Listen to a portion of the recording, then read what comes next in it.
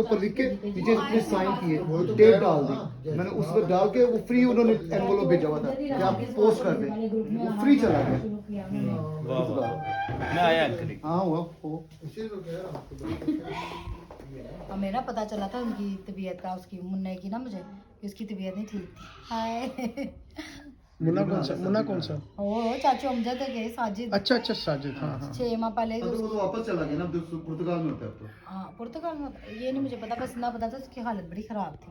यहाँ पे उसका कोई इलाज नहीं होना हाँ था, जी। ठीक है ना। वो पुर्तगाल में रहता था, वहाँ का एक किस्म का वो उसके पास डॉक्यूमेंट थे। हाँ जी। जब डॉक्यूमेंट्स हो आपको सारे राइट्स होते हैं। हाँ जी। उधर उसकी हर चीज फ्री होनी थी। अच्छा। वो ऐसे ही बस वो मुंह उठा गया, वो भी फोत हो गए। हाँ। तो मैं आ जाता हूँ तो इधर आके उसकी और हालत, इधर डॉक्टरों ने और ही उसको कहानी बता दी। नहीं इधर उसको आना नहीं चाहिए था, उधर ही से इलाज कराता। हाँ उधर इलाज कराता, तो उधर हो गया ना इलाज, अब बेहतर है, ठीक है। चलो शुक्र है। हाँ अल्हम्दुलिल्लाह उधर अब ठीक है।